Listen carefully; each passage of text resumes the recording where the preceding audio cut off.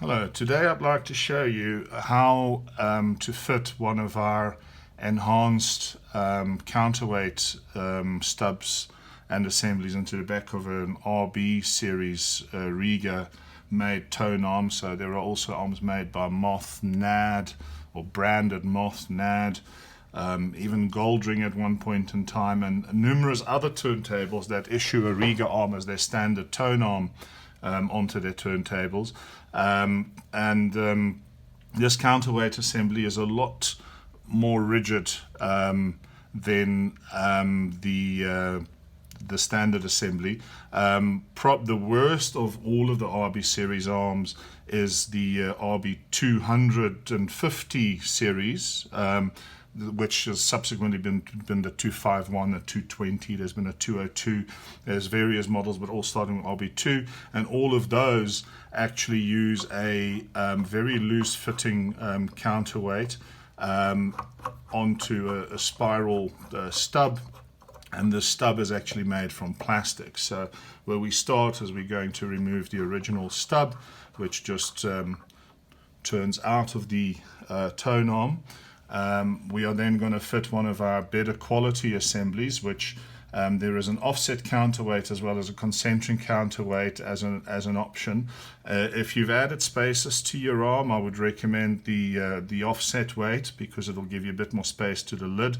If you haven't, then the concentric one is fine. I think the concentric one can actually sound a little better. There are less vector forces with having the counterweight more central at the back of the arm, but that difference is very, very small. So generally use the concentric one, but if you have added spacers to your arm to adjust VTA and you don't want to foul the lid, the offset counterweight is probably the one to go for. There's the little insert that goes into the back of the arm tube. There's a bolt and the stub. The bolt goes through the stub and then tensions into the little threaded insert. So over here I have a insert and stub and bolt that I've put together, and what I've added to it is a washer. The washer is just to ease installation and to make sure that this insert goes into the arm tube and goes a little further in than the actual back of the arm tube itself. But we're not going to use the washer in the final installation. Also, the stub has a little groove cut, the insert has a little groove cut in it so that you could remove it with a large screwdriver should you need to in future. So make sure that when you do your assembly, that would ultimately face outwards. So we put that together. To make things a little easier, it's a good idea to perhaps put a little bit of a lubricant on the threaded insert.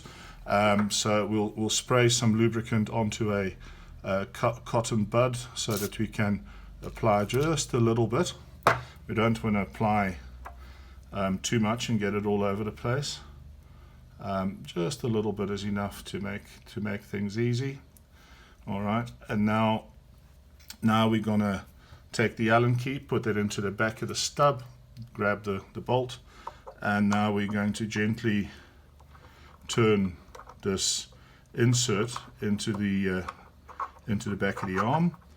As you can see, there's not a lot of force that is required to put this in. If you need to apply force, it's quite important if it's a bit stiff, because these threads can be cut quite rough.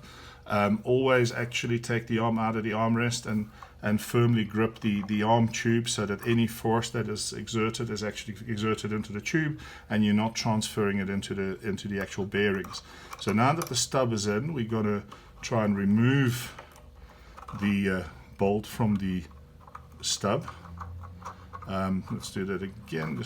So as you then hold the stub and then turn the Allen key so that you can remove the bolt. As you can see, the little washer now drops out. I hope that from the camera angle you can see this, but the little insert is slightly recessed into the tube. So the washer is now out. we're now going to just use the stub without the washer and put that back with the bolt. So the idea now is that, again, we take it out of the rest, we make sure we hold on to that, and we just nip that a little bit tight. It doesn't need to be incredibly tight, because it's actually under continuous tension because of that little cavity that we've created there. So you now have an incredibly rigid stub arrangement, and we would now go on to the next step, which is actually fitting the counterweight. And obviously you would now need, because this is no longer calibrated on an RB2 series arm, on a 300 and up, your normal calibration with the VTF dial on the side still works, but you will need a scale now, because the original Rega spiral is obviously graduated in terms of how many turns for how many grams. So the idea is that we would just get a little bit of, not much, just literally not even finger tight, just a slight grab onto the with the grub screw with the size 2 Allen key, and we would now obviously need to set the tracking force, for which you are going to need a scale. There are a number of digital scales available. We do sell one under Groove Care as well, which is not very expensive. But there's a variety of companies marketing these, often the same one, different ones. I think this one was originally a Project branded unit.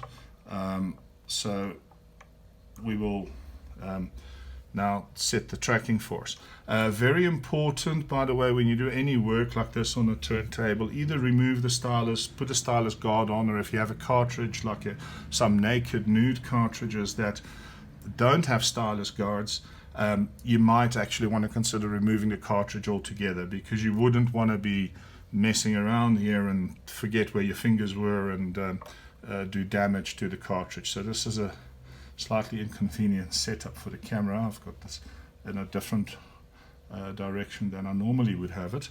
Anyway, I don't know if you can see, this is now currently at 1.16. So we're going to just try and nudge this counterweight slightly forward. We've moved to 1.3. So we use this particular deck has an Audio-Technica 8095 on it. We're at 1.5. So what we're aiming for is 1.8. A little more.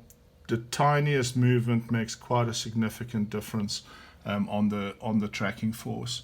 We're now at 1.78. That would actually be all right. In real terms, that's, you're not going to get typically you're not going to get very much closer than that, and you may hear a tiny difference, but it's very slight if you're talking a tiny fraction of a gram like that. So anyway, I'm now having a little bit of fun getting back to the sweet spot I had just now. Anyway, I'm happy with that, 1.764. Let's go with that, and just make sure that the weight doesn't move. Hold it in place, stick the Allen key in the top, and just nip it up tight, and you're done. And you will find that your turntable now sounds a whole lot better, because the plastic original stub with that very loose counterweight assembly is really a bit of a weak point on the RB series arm. But even on the 300 series arms and beyond, the original Rega stub still just turns into the back of the tube, so it's never an incredibly tight fit, whereas our arrangement with the little insert and the bolt going through that tensions up keeps it much tighter. Anyway, I hope you enjoyed the video, and I hope you understand how to fit one now should you buy one of these from us, and happy listening.